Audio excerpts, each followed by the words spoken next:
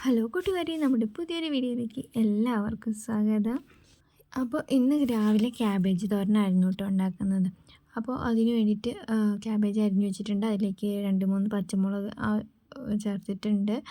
പിന്നെ 1/4 ടീസ്പൂൺ മഞ്ഞൾപ്പൊടിയും പാകത്തിന് ഉപ്പും ചേർത്തിട്ട് നന്നായി ഒന്ന് തിരുമ്മി വെച്ചു കേട്ടോ. ഇതിൽ തേങ്ങ ചേർക്കുന്നില്ല. ഇന്ന് ഇത്തിരി എളുപ്പപ്പണിയിലാണ് ചെയ്യുന്നത്. അപ്പോൾ ഇന്ന് പണിക്കാരുണ്ട് കേട്ടോ. അപ്പോൾ അവർക്കുള്ള ഭക്ഷണം വേണം. പിന്നെ മക്കളെ സ്കൂളിലേക്ക് അയക്കണം. ഏട്ടനുണ്ടെങ്കിൽ ഏട്ടൻ കൊണ്ടുവിടുമായിരുന്നു. പക്ഷേ ഇന്ന് ഏട്ടന് ഒഴിവില്ല. അതുകൊണ്ട് ഇന്ന് ഇത്തിരി തിരക്കിലാണ് കേട്ടോ. അപ്പോൾ തോരൻ ഉണ്ടാക്കാൻ വേണ്ടിയിട്ട് ചീനച്ചട്ടിയിൽ വെളിച്ചെണ്ണ ഒഴിച്ചു. അതിലേക്ക് കടുക് ഇട്ടു. പിന്നെ ചെറിയുള്ളി 3-4 അരിഞ്ഞത് ചേർത്ത് കൊടുത്തിട്ടുണ്ട്. അത് കഴിഞ്ഞ് 2 കറിവേപ്പിലയും കൂടി ചേർത്ത് അതിലേക്ക് ക്യാബേജും കൂടി അരിഞ്ഞ് ചേർത്ത് കൊടുത്തിട്ടുണ്ട് കേട്ടോ. അപ്പോൾ ക്യാബേജിൽ വെള്ളം ചേർക്കേണ്ട ആവശ്യമില്ല. അതിന് വേകേണ്ട വെള്ളം അതിൽ തന്നെ ഉണ്ടാവും കേട്ടോ. നന്നായി ഒന്ന് മിക്സ് ചെയ്തതിന് ശേഷം ഒന്ന് അടച്ചു വെക്കുക. എന്നിട്ട് ഇടയ്ക്കിടയ്ക്കൊന്ന് ഇളക്കി കൊടുത്താൽ മതിയാവും. അപ്പോൾ അതിൽ നല്ല വെള്ളമുണ്ട്, കണ്ടില്ലേ. ഇനി ഇതൊന്ന് തുറന്ന് വെച്ച് വേവിക്കുക കേട്ടോ.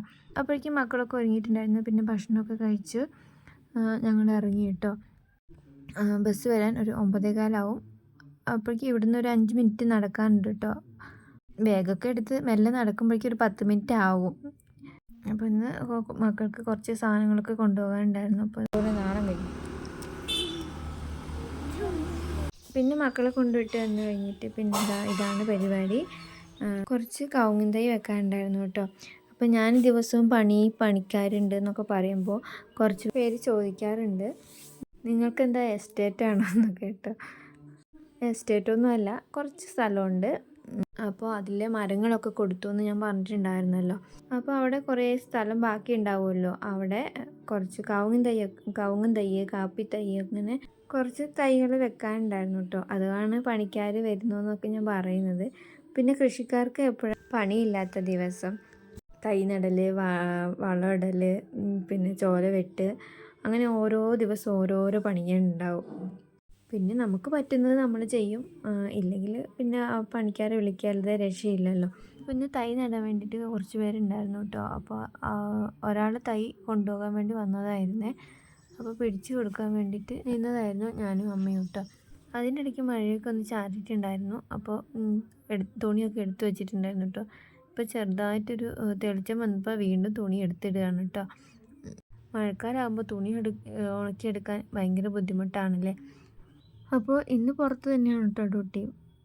തുണി ഉണക്കലും എടുത്ത് വെക്കലും പിന്നെ ഇവർക്ക് എടുത്തു കൊടുക്കലൊക്കെ ആയിട്ട് അങ്ങനെ മുറ്റത്ത് തന്നെ കൂടി കേട്ടോ.